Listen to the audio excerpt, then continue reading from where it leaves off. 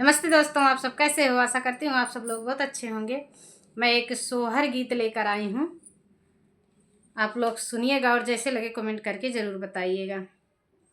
देवरा कहाँ बोलाई पापी पापी हारा, कहाँ पे कारी कोयल, कहाँ पे कारी कोयली हो। देवरा कहाँ बोलाई पतरी तिरियावा, नींद नाही लागै, नींद नाही लागै हो।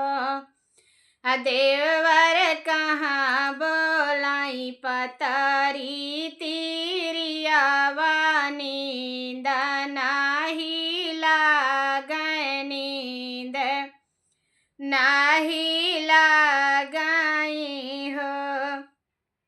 भौजी बने बोलाई पापी पापी हरा, आंगने कारी कोयल, आंगने कारी कोयली हो।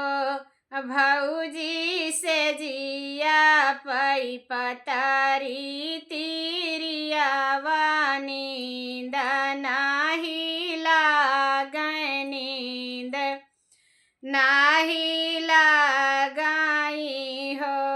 भौजी से जिया पई पतरी तिरियावा, नींद नाही लागै, नींद नाही लागै हो।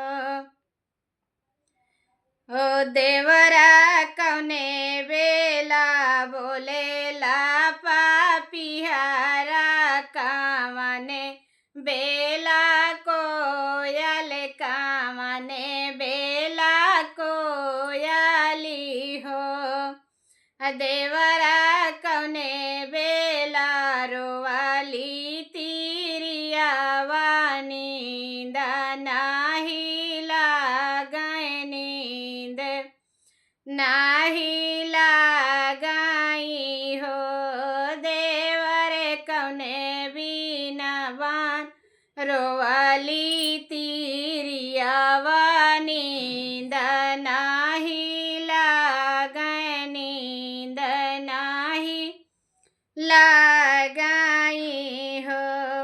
भौजी सांझे बेला बोलेला पापी हरा, सवेरे कारी कोयल, सवेरे कारी कोयली हो। भौजी सांझे बेला बोलेला पापी हरा, सवेरे कारी कोयल, सवेरे कारी कोयली हो। भौजी आधी रात पतरी तिरियावा, नींद नाही लागै, नींद नाही लागै हो। भौजी आधी रात पतरी तिरियावा, नींद नाही लागै, नींद नाही लागै हो। देवरा के थवा बिना तरसै पापी हरा, के थवा बिना कोयल, के थवा कारी कोयली हो। देवरा के थुआ बिना तरसै पापी हरा, के थुआ कारी कोयल, के थुआ कारी कोयली हो।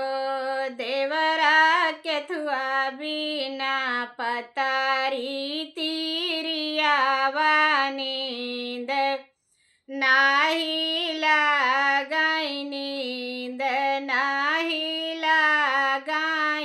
हो।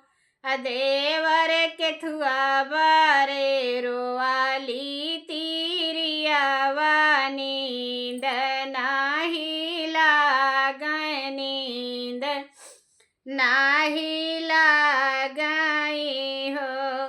भौजी स्वाति बिना तरसई पपिहरा पिया के बिना कोयली पिया के बिना कोयली हो। भौजी स्वाति बिना तरसई पपिहरा पिया के बिना कोयल पिया के बिना कोयली हो। भौजी ललना बिना पतारी तीरियावा नींद नाही लागै नींद नाही लागई हो। भौजी ललना बिना रोवाली तीरियावा नींद नाही लागै नींद नाही लागई हो। नमस्ते दोस्तों, ये गीत आप लोगों को कैसा लगा आप लोग सुनिएगा और कमेंट करके बताइएगा। तब तक के लिए राम राम। फिर मिलते हैं दूसरे वीडियो में।